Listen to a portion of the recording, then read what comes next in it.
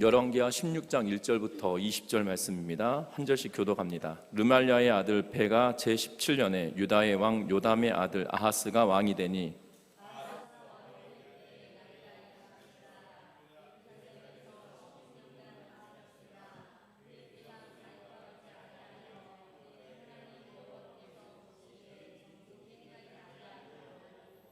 이스라엘의 여러 왕의 길로 행하며 또 여호와께서 이스라엘 자손 앞에서 쫓아내신 이방 사람의 가증한 일을 따라 자기 아들을 불 가운데로 지나가게 하며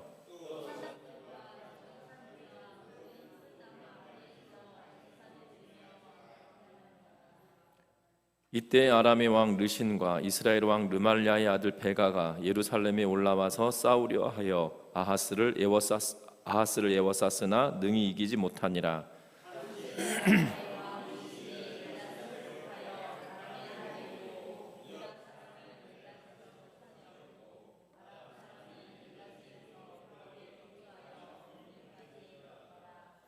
아하스가 아수르 왕 디글랏 빌레셀에게 사자를 보내 이르되 나는 왕의 신복이요 왕의 아들이라. 이제 아람 왕과 이스라엘 왕이 나를 치니 청하건대 올라와 그 손에서 나를 구원하소서 하고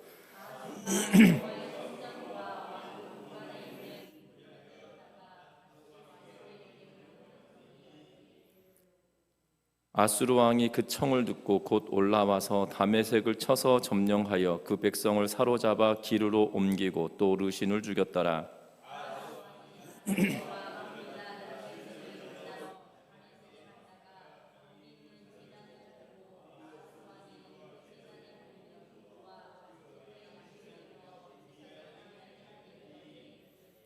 아하스 왕이 다메섹에서 돌아오기 전에 제사장 우리야가 아하스 왕이 다메섹에서 보낸 대로 모두 행하여 제사장 우리야가 제단을 만든지라.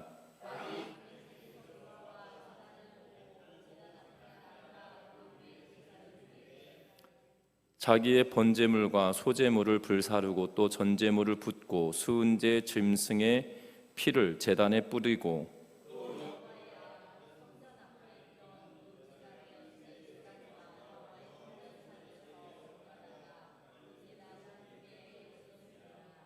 아하스 왕이 제사장 우리야에게 명령하여 이르되 아침 번제물과 저녁 소제물과 왕의 번제물과 그 소제물과 모든 국민의 번제물과 그 소제물과 전제물을 다 이 큰 제단 위에 불사르고 또 번제물의 피와 다른 제물의 피를 다 그 위에 뿌리라. 오직 놋제단은 내가 주께 여쭐 일에만 쓰게 하라 하며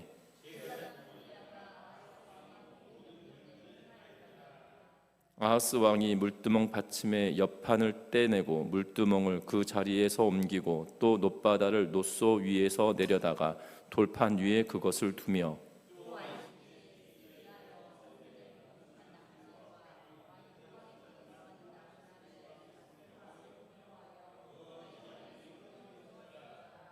아하스가 행한 그 남은 사적은 유다 왕 역대지락에 기록되지 아니하였느냐.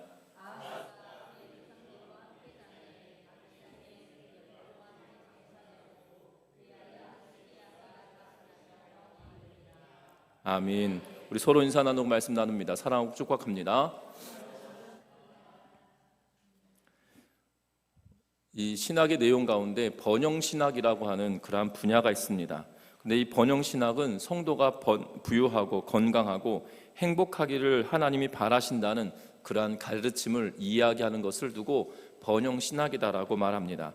그런데 이 번영신학을 알리는 그러한 이 번영신학을 알리는 그런 사역자들은 기도를 넘어 아예 하나님에게 물질적 번영을 요구해야 한다라고 가르치고 있는 것들을 보게 됩니다. 노스캐롤라이나 주에 있는 웨이크 포레스트에 위치한 사우스 이스턴 바프티스트 데올로지컬 세미너리라고 하는 이 침례교 신학대학인데요. 이 데이비드 존스 교수가 뭐라고 말하냐면 번역신학의 몇 가지 오류에 관한 설명을 하고 있는 것을 보게 됩니다.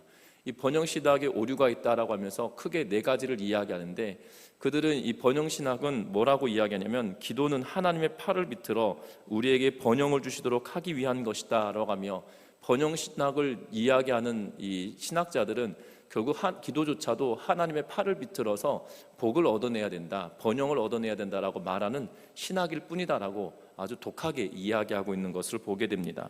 또 하나는 이 크리스찬이 물질적인 보상을 얻기 위해 기부하도록 만든다라고 이야기하며, 우리가 하나님께 예물을 드리고 헌금을 하는 것이 씨앗을 심어서 그것을 더 거두는, 그래서 이 돈 놓고 돈 먹기 이런 느낌으로 이 크리스찬들이 기부를 하도록 만들고 있다, 헌금을 하도록 만들고 있다라는 거죠. 그러니까 근원이 달라져 버렸다라고 이야기하며, 하나님께 예물 드림은 주께서 주신 것에 내가 하나님께 모든 것을 고백하며 주님께서 주신 것을 내가 하나님께 드립니다라는 고백이 되어져야 되고, 구원받은 백성이 그 구원받음에 대한 기쁨과 감격으로 하나님께 감사함으로 나아가야 될 것임에도 불구하고, 하나님께 뭘 이야기하고 있냐면 복을 더 얻기 위한 이 도구로서 이 기부를 하게 된다라고 이야기하고 있는 것을 보게 됩니다. 심지어 예수님의 속죄는 뭐라고 이야기하냐면 물질의 빈곤조차 죄다라고 이야기하면서, 물질의 빈곤이 죄이기에 그 죄조차 주께서 사하셨다라고 가르치는 것은 잘못된 것이다 라고 이야기하고 있는 것을 보게 됩니다. 뿐만 아닙니다. 아브라함과 맺은 언약을 물질적 번영을 위한 수단이라고 가르치는데 그것 또한 잘못된 것이다 라고 말하고 있는 것을 보게 되죠. 하나님은 아브라함과 맺은 언약은 물질적인 번영을 위함이 아니라 하나님께서 택한 백성을 하나님께서 어떻게 이끌어 가시는지를 보여주는, 하나님께서 택하신 그의 백성을 하나님께서 어떻게 이끌어 가신지를 보여주는 것이 아브라함의 언약일 텐데, 그 아브라함의 언약을 이 물질적인 번영을 위한 수단이다라고 이야기하며 가르치는 것은 아주 잘못된 것이다 라고 말하고 있는 것을 보게 됩니다. 그러면서 그는 바울 사도뿐만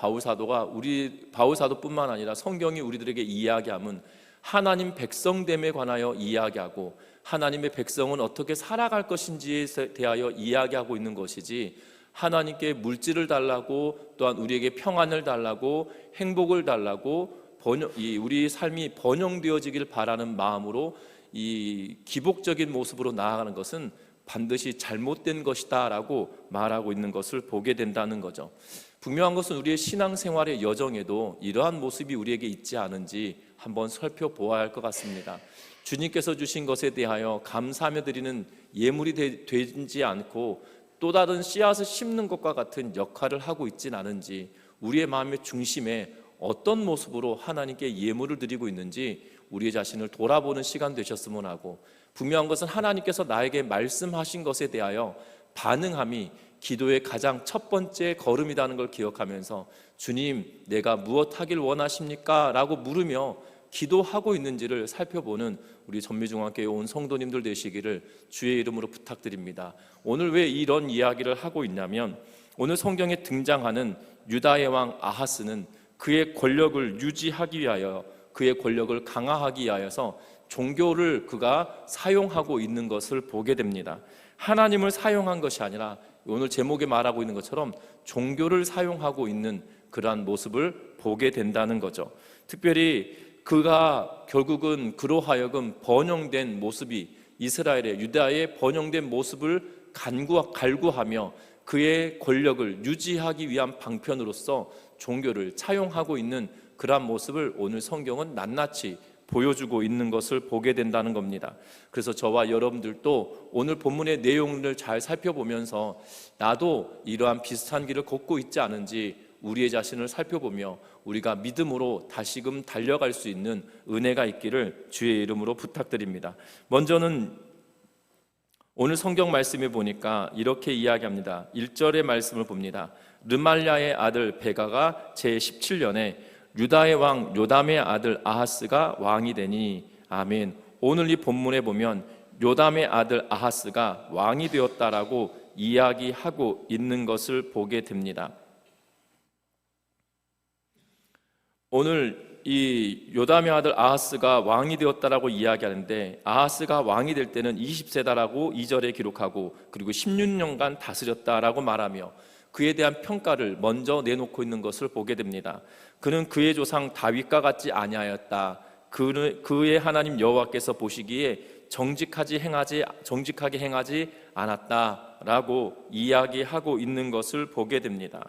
특별히 오늘 성경 본문을 통해서 우리에게 말하고 있는 그러한 것은 하나님을 믿지 않으면, 하나님에 대한 신뢰가 떨어져 버리면 두려움에 빠지게 되고, 두려움에 빠지고 나면 결국 그 자신이 붙들고자 원하는 것을 붙드는 삶을 살게 되는 그러한 모습을 보게 되죠. 왜냐하면 이 본문 2절과 3절에서는 이 아하스라가 하는 왕이 몇 살에 등극했고 몇 년을 다스렸다라고 이야기하는 것으로만 그친 것이 아니라 다윗과 같은 길을 행하지 않아서 하나님 보시기에 정직하지 않았다, 하나님을 잘 섬기지 않았다, 하나님을 신뢰하지 않았다라고 말합니다. 그러면서 그가 갔던 길이 뭐냐면 3절 말씀 같이 한번 읽어봅니다. 3절의 말씀입니다. 이스라엘의 여러 왕의 길로 행하며 또 여호와께서 이스라엘 자손 앞에서 쫓아내신 이방 사람의 가증한 일을 따라 자기 아들을 불 가운데로 지나가게 하며. 아멘. 오늘 성경에 보면 아하스가 구체적으로 어떠한 죄를 짓고 있는지 말합니다. 첫 번째는 무슨 죄를 이야기하고 있냐면 이스라엘의 왕의, 다시 말하면 북이스라엘의 여러 왕의 길을 행하였다라고 말하고 있죠.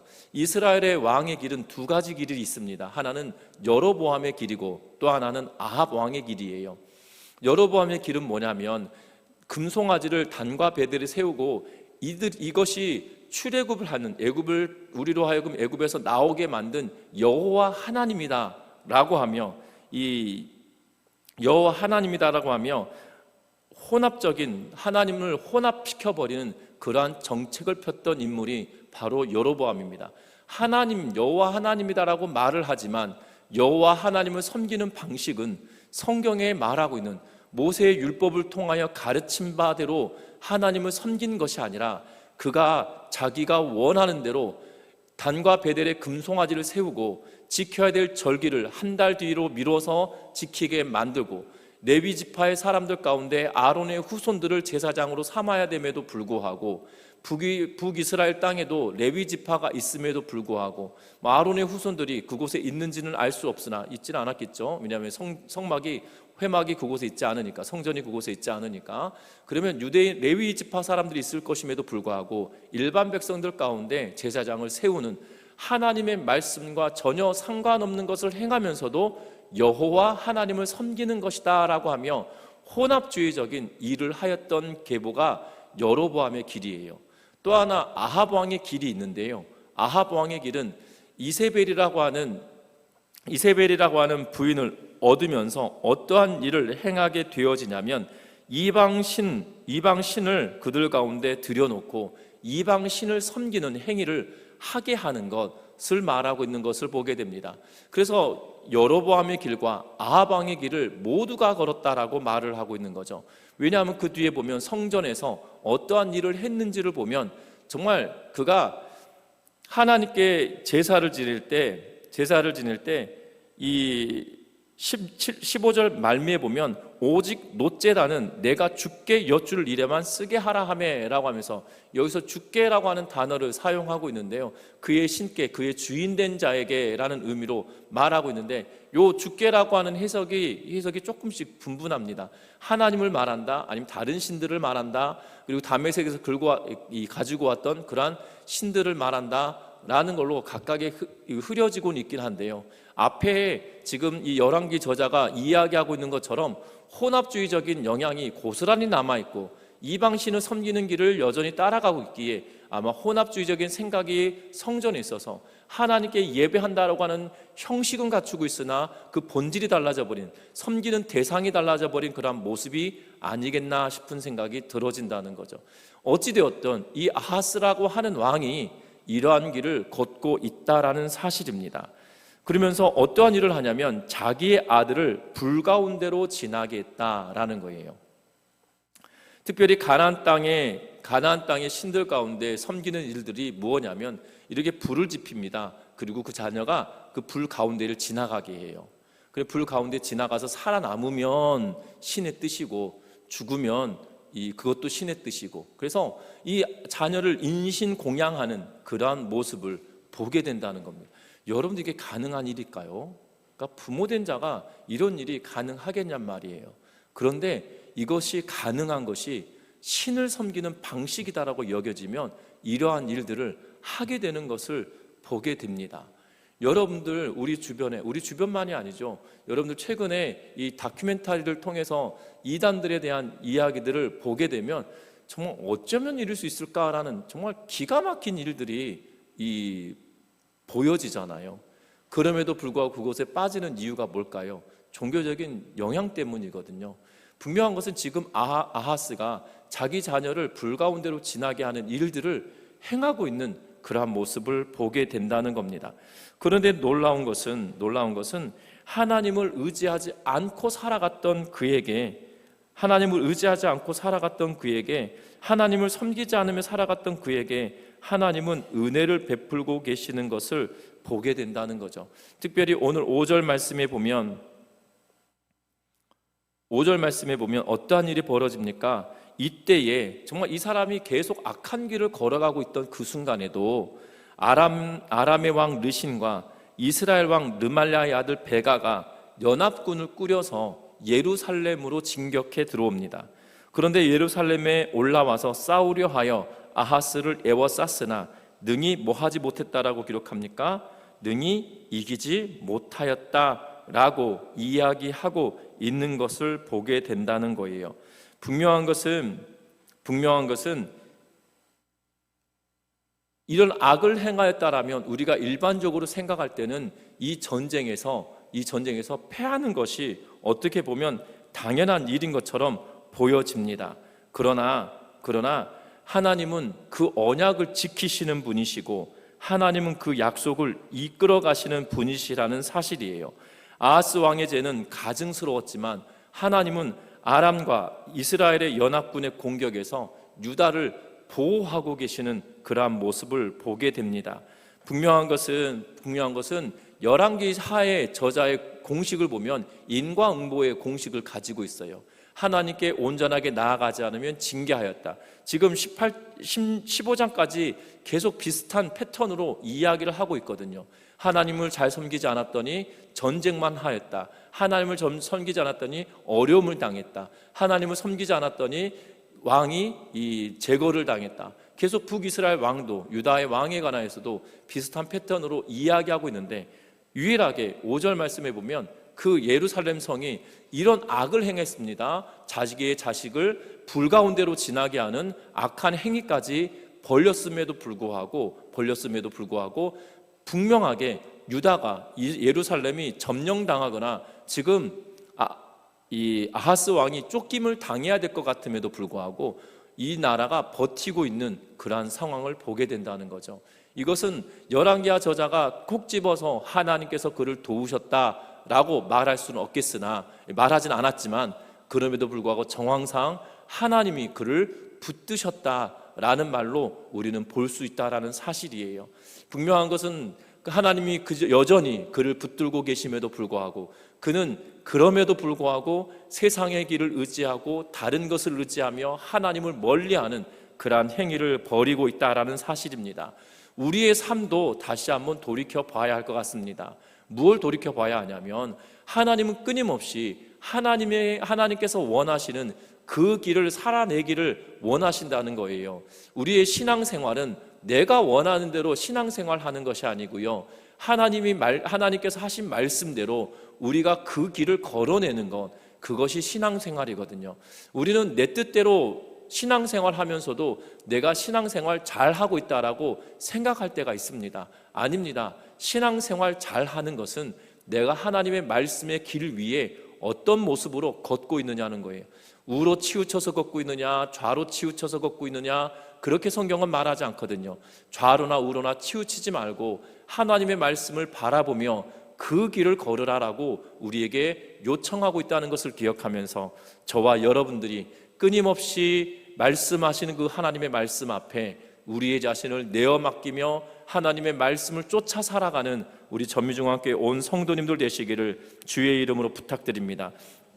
그런데 오늘 아람 왕 르신과 르말랴의 아들 베가의 연합군이 전쟁을 치렀지만 능히 이기지 못하였던 전쟁의 한 번은 끝나고 맙니다. 그런데 이 상황을 뭐라고 또한 이야기하고 있냐면 당시에 아람의 왕 르신이 엘랏을 회복하여 아람에 돌리고 유다 사람을 엘랏에서 쫓아내고 아람 사람을 엘랏에 이르러 거기에 거주하여 오늘까지 이르렀더라 라고 이야기하며 이 전쟁의 상황을 이야기하죠. 예루살렘 성은 탈취하지 못하고 예루살렘 성을 에워쌌지만 능히 이기지 못하였지만 아람 왕 르신이 엘랏이라고 하는 성을 회복하여서 이 아람으로 이 통치권을 끌고 가고 있는 것을 보게 되고 그곳에 살고 있던 유다 사람들을 다 쫓아내 버렸다라고 이야기하고 있는 것을 보게 됩니다. 이 일로 인하여 아하스가 아수르 왕에게 원조를 청하고 있는 것을 보게 되죠.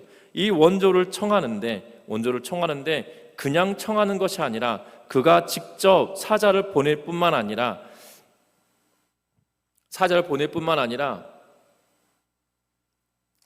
이 사자를 보내어서 성전에 있던 성전과 왕궁의 곳간에 있던 은금을 다 내어서 아수르 왕에게 주었다라고 8절에 말하고 있는 것을 보게 되죠. 그러면서 아수르 왕이 그 청을 듣고 아람을 공격하여서 르신을 죽이게 되어집니다. 그리고 이 아하스 왕이 그것에 감사하였는지는 모르겠으나 10절 말씀에 보면 아수르 왕 디글랏 빌레셋을 만나러 다메섹으로 갔다라고 이야기하고 있는 것을 보게 되죠. 다메섹으로 갔습니다. 그런데 다메섹으로 갔더니 예루살렘과 다른 어마어마한 일들이 벌어지고 있던 거죠. 사실 다메섹은 이 아람 나라의 수도처럼 여겨지는 곳이에요. 그래서 지금 아람 나라의 전쟁을 치러 와서 다메섹을 다 멸하게 된 거죠. 그리고 그가 다메섹으로 올라갔는데 다메섹으로 가서 보니 예루살렘과 다른 신전들이 그곳에 있는 거예요. 여러분들 이 예루살렘 성전에 대한 사진 같은 것이나 그림들을 보면 이 황금으로 만들어진 공간인데요. 그런데 그 공간이 그리스의 신전이나 아니면 다른 신전에 비하면 그러니까 화려하거나 그러니까 웅장하거나 그런 느낌은 사실 없어요. 주랑이 엄청나게 큰 것들이 있어서 막 아름답고 이 아치 모양이 있거나 그런 것이 없고, 또한 기둥이 엄청 굵어가지고 그 기둥 자체가 예술품인 것처럼 비춰지는 그런 것이 있지 않아요. 성전에 딱 2개의 기둥 있잖아요. 야긴과 보아스. 주랑 앞에 있는 그 야긴과 보아스라고 하는 기둥 외에 아름답게 보여지거나 사람이 정말 그 광경에 압도될 만한 그 어떤 것이 성전에 있지 않아요. 여러분들 사진들을 잘 살펴보면 황금빛이어서 휘황찬란해 보이는 것이지 구조나 그 자체가 가지고 있는 미학적인 모습을 보면 이방 신전이나 이방 신전들이 훨씬 더 그 모양에 압도당할 수밖에 없는 것처럼 보여진다는 거죠. 지금 다메섹으로 딱 갔더니 지금 딱 그 모양인 거예요. 아하스가 다메섹으로 갔더니 그 땅의 신전이 예루살렘의 성전과는 전혀 다른 모습을 보게 된다는 겁니다. 그래서 그곳의 모양을 본떠서 벤치마킹을 하는 거예요. 그래서 제사장 우리아에게 그 양식과 구조를 보냅니다. 그것이 10절 하반절 말씀이에요. 제단을 보고 아하스 왕이 그 제단의 모든 구조와 제도의 양식을 그려 제사장 우리아에게 보냈더니 라고 하면서 제사장 우리아에게 보냅니다. 그래서 다메섹에서 왔던 일명 서찰을 보고 제사장 우리아가 그 제단을 만듭니다. 그리고 어떻게 행합니까? 돌아와서 그 제단 앞에 나아가서 제사를 드립니다. 그리고 여러 가지 제사를 드리고 있는 모습을 보게 되죠. 여러분들 분명한 것은 놋제단을 예루살렘 성전 앞에서 드려져야 됐던 그 놋제단을 치워버리고 그가 다메섹에서 보았던 그 제단을 쌓고 그의 양식에 맞추어서 하나님이 원하시고 기뻐하셨던 성전의 모양이 아닌 다메섹 신전에 있던 모양을 가지고 와서 그곳에 두고 하나님께 번제하라고 이야기하고 있는 것을 보게 됩니다. 결국 그것이 무엇입니까? 성전 자체가 솔로몬이 예루살렘 성전을 지을 때 그냥 마구잡이로 지은 것이 결단코 아니었다는 거예요. 다윗에게 그 식양과 설계를 주시며 솔로몬에게 그것을 지으라고 명령할 때 다윗 또한 아무렇게나 마음대로 한 것이 아니라 모세가 하나님께로부터 받았던 성막의 양식을 가지고 지었다는 거예요. 그리고 그 양식을 가지고 지었는데 어떻게 지었냐? 성막을 이렇게 재료와 크기가 확장됐다라고 생각하면 될 만큼 하나님께서 보여주시고 비춰주신 대로 그것들을 만들어냈다라는 거죠. 그런데 하나님께서 모세를 통하여 보여주셨던 그 식양과 양식을 다 걷어버리고 이제 담의 세계에 있었던 제단과 모습을 가지고 와서 딱 그 자리에 놓고 하나님께 제사를 지내겠다. 사실 하나님께 제사를 지내겠다라고 이야기하고 있지만, 그래서 14절에 보면 여호와 앞 곧 성전 앞에 있던 놋제단을 새 제단과 여호와 성전 사이에 옮겨다가 그 제단 북쪽에 두었다라고 이야기하고 있는 것을 보게 되죠. 그러면서 제사를 지내고 있는 것들을 보게 됩니다. 결국 여호와 앞에 있던 것들을 치웠다라는 표현을 쓰고 있는 것을 보게 되어져요. 결국 그것은 무엇을 의미할까요? 무엇을 의미할까요? 하나님의 말씀대로 주어지고 하나님의 말씀대로 갖추었던, 하나님의 말씀대로 지어졌던 그 모든 기구의 위치와 그리고 재료들이 이제 바뀌어진 바 되었다는 거죠. 결국 말씀을 버리는 삶을 살기로 결단한 것처럼 보여지는 그러한 모습을 보게 된다는 겁니다. 아수르의 제사 양식, 때로는 이 아수르의 제사 양식뿐만 아니라 또한 아람에서 섬겼던 제사 양식을 가지고 온 걸로 보여집니다. 제가 여기서 아수르의 제사 양식, 아람의 제사 양식이라고 말씀드리는 이유는 다메섹으로 가서 그들의 신전을 보았다라고 말씀을 드리고 있는데요. 사실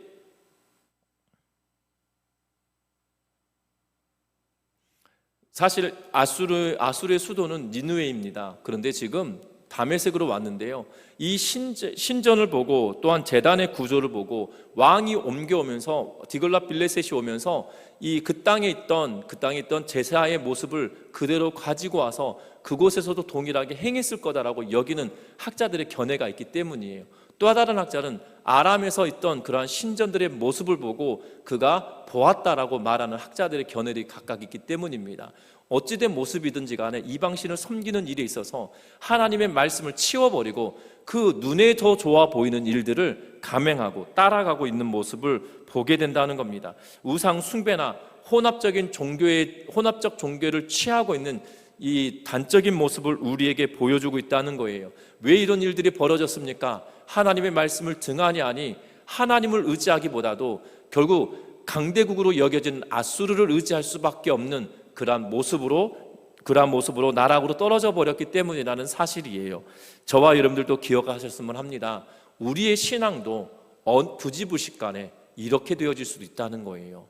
우리가 믿음으로 잘 살고 있다, 신앙생활 잘하고 있다, 스스로 그렇게 평가할 수 있겠지만 결정적인 순간 앞에 내가 당하는 어려움 앞에 딱 섰을 때 나는 무엇을 선택할 것인가 라는 것에 우리는 우리의 삶을 주의 깊게 살펴보아야 합니다.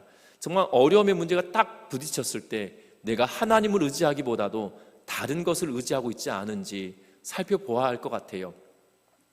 안타깝게도 이 80년대 초중반까지만 하더라도, 그때까지만 하더라도 믿음의 선배들은 의지할 바가 없어서 정말 하나님께 죽도록 매달렸던 모습을 보게 됩니다. 과거에는 암 그러면 당연히 죽을 수밖에 없는 질병이다라고 생각을 했고, 그리고 많은 분들이 암이라고 하는 질병 때문에 돌아가기도 하셨습니다. 그런데 여러분들 최근에 정말 하나님께 기도하였더니 암이 고침받았다라고 하는 그런 분들을 보기보다 오히려 이 의술을 더 의지하는 경우들이 더 많아지고 있는 것들을 보게 되죠. 그거는 이 과거에는 의술도 발달하지도 않았고 의술이 발달하지 못했기 때문에 의지할 바가 하나님밖에 계시지 않았던 것이에요. 오직 하나님만 의지하다 보면 의지하면 하나님의 뜻대로 이루어져 갈 텐데, 여기서 말씀드린 거는 뭐 병원 가지 마라, 기도해라, 이걸 말씀드리고자 원하는 것이 아니고요. 우리의 마음가짐이 어떠냐는 거예요.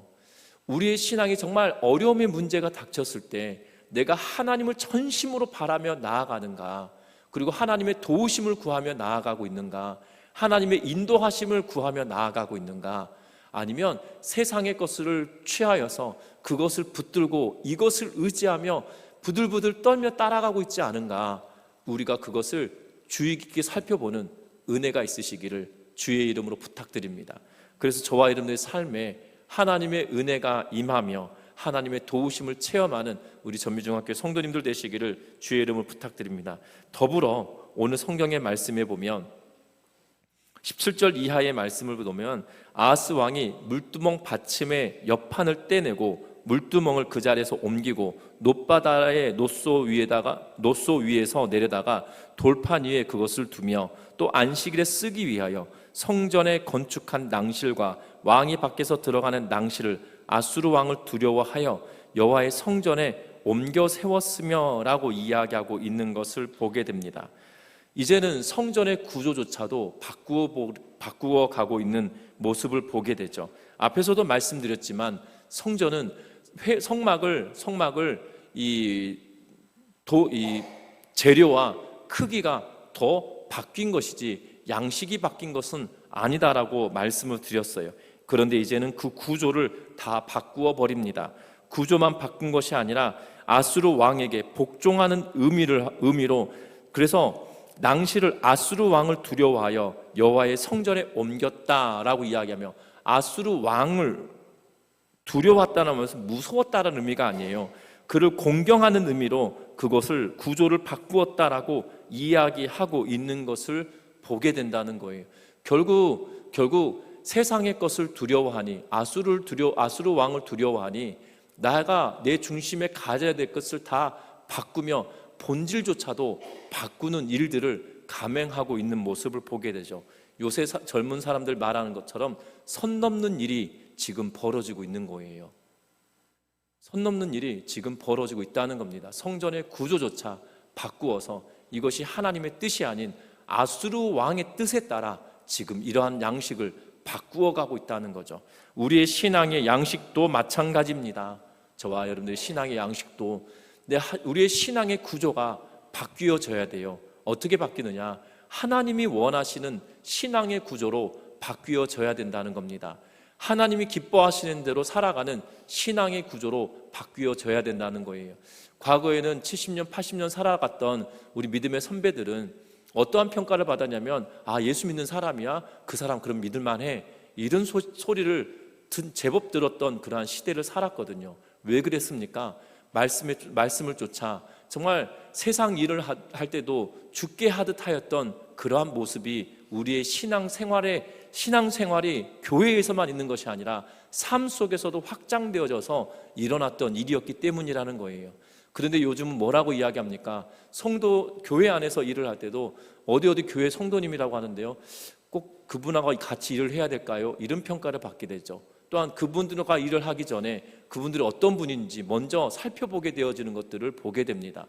오히려 안 믿는 세상 사람들을 하고 일을 할 때는 오히려 직업적인 견해들로 더 잘하는 일들이 있다라는 그런 평가를 하고 있는 것들을 보게 되죠. 왜 이렇게 되었을까요?